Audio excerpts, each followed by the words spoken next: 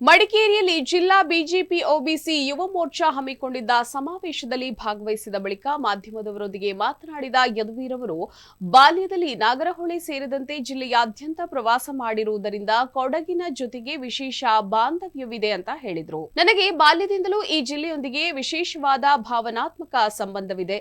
ಇಲ್ಲಿನ ಜನರ ಸೇವೆ ಮಾಡುವುದು ನನ್ನ ಭಾಗ್ಯ ಅಂತ ಭಾವಿಸುತ್ತೇನೆ ಅಂತ ಯದುವೀರ್ ಒಡೆಯರ್ ಅವರು ಹೇಳಿದ್ದಾರೆ. ತಾವೊಬ್ಬ ವನ್ಯಜೀವಿ ಪ್ರೇಮಿ ಅಂತ ಯದುವೀರ್ ಜಿಲ್ಲೆಯಲ್ಲಿನ ಮಾನವ ಪ್ರಾಣಿ ಸಂಘರ್ಷವನ್ನ ಪರಿಹರಿಸಲು ತಮ್ಮ ಅನುಭವ ಬಳಸಿಕೊಳ್ಳುವುದಾಗಿ ಭರವಸೆಯನ್ನ ಕೊಟ್ಟರು.